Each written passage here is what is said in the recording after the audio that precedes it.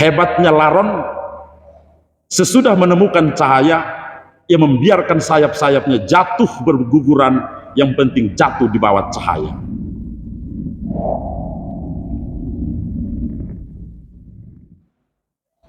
Saudara-saudariku, keluarga umat Allah yang terkasih di dalam Tuhan, berilah aku minum. Ini adalah dialog pembuka ketika Yesus sudah ada di sumur Yakub dan datang seorang perempuan Samaria kira-kira jam 12 siang.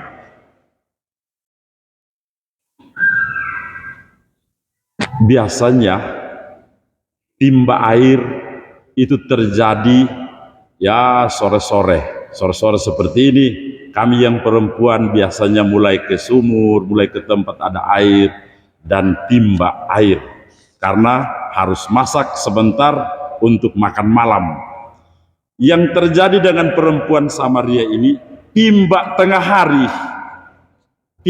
hari, tidak tahu mau masak jam berapa ini. Ada hal menarik di sini. Mengapa tidak timba sore hari? Karena di sana akan ada banyak orang. Perempuan Samaria timba siang hari karena pada saat itu saat sepi. Dari sini kita mengerti bahwa ternyata dia timba air pada siang hari karena ada U di balik B. Dialog terjadi. Tuhan Yesus ada di sana. Dia katakan, berilah aku minum. Pertama, perempuan Samaria mengenal Yesus sebagai seorang musafir, seorang yang sedang berjalan, orang Yahudi yang sedang berjalan. Jadi karena lelah, maka dia singgah sumur itu dan minta untuk minum air. Mulanya biasa saja. Dialog terjadi. Dalam perjalanan dialog ini, ternyata yang awalnya sang perempuan Samaria mengenal Yesus hanya sebagai seorang musafir, perlahan-lahan mulai mengenal Yesus, tidak lagi musafir. Karena dialog mendalam semakin terjadi, akhirnya perempuan Samaria mengenal Yesus sebagai seorang nabi. Percakapan jalan terus. Yesus katakan, siapa saja yang minum air ini, ia akan haus. Tetapi siapa saja yang minum dari air yang aku berikan kepadanya, tidak akan haus lagi untuk selama-lamanya. Percakapan jalan terus. Sampai titik tertentu, Yesus katakan, dia yang sedang bicara dengan engkau itu, dia adalah Mesias. Lihat, mulanya biasa saja, naik terus, makin mendalam sampai kenal betul. Coba cek di tepung FB dong. Makin kenal, justru kenal makin dalam, di situ tempat pertikaian. Kemarin lu jalan dengan siapa, ha? Itu. Awalnya cocok, semakin kenal cecok. Kalau ini awalnya orang Yahudi dan orang Samaria, mereka tidak mempunyai komunikasi yang baik, cecok. Dalam komunikasi yang makin akrab dan terbuka, di sana sang perempuan Samaria menemukan pengenalan yang mendalam dan akhirnya cocok. Akulah dia. Bacaan pertama, orang Israel akhirnya bersungut-sungut karena dulu meskipun mereka di tanah jajahan di Mesir, mereka menderita tetapi mereka masih bisa makan dan minum.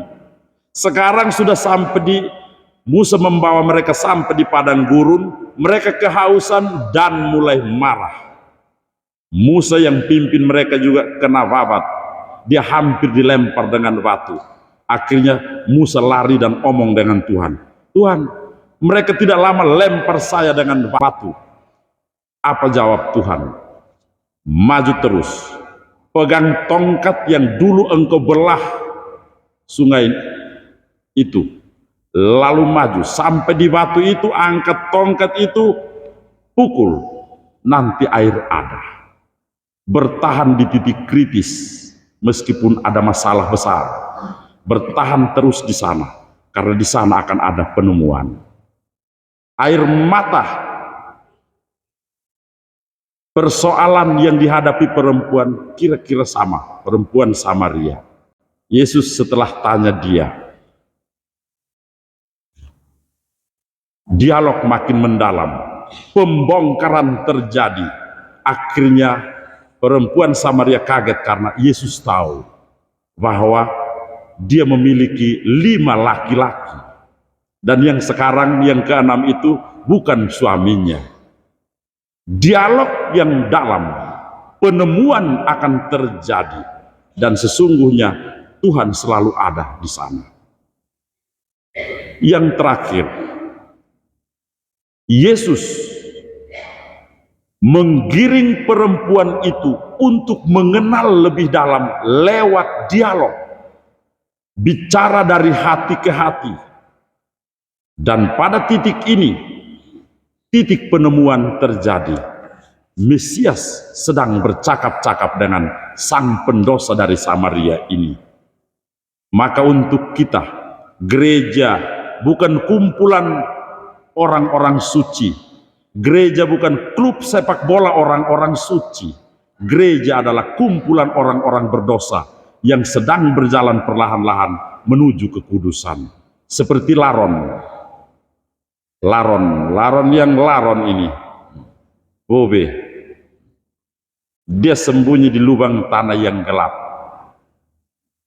Sore seperti ini, kita mulai kontak listrik nyala, dia akan mulai terbang perlahan-lahan mencari cahaya. Hebatnya Laron, sesudah menemukan cahaya, ia membiarkan sayap-sayapnya jatuh berguguran, yang penting jatuh di bawah cahaya. Kita adalah orang-orang berdosa yang sedang berjalan perlahan-lahan menuju terang itu, dan membiarkan diri apa adanya terbuka, seperti Laron membiarkan sayap-sayapnya jatuh berguguran, yang penting jatuh di bawah cahaya. Tuhan yang kita imani selalu mengundang kita untuk menemukan Dia sekalipun kita berdosa, karena Dialah Immanuel, Allah beserta kita di setiap persoalan hidup yang kita hadapi. Selamat menjalani masa puasa ini. Tuhan menyertai kita. Amin.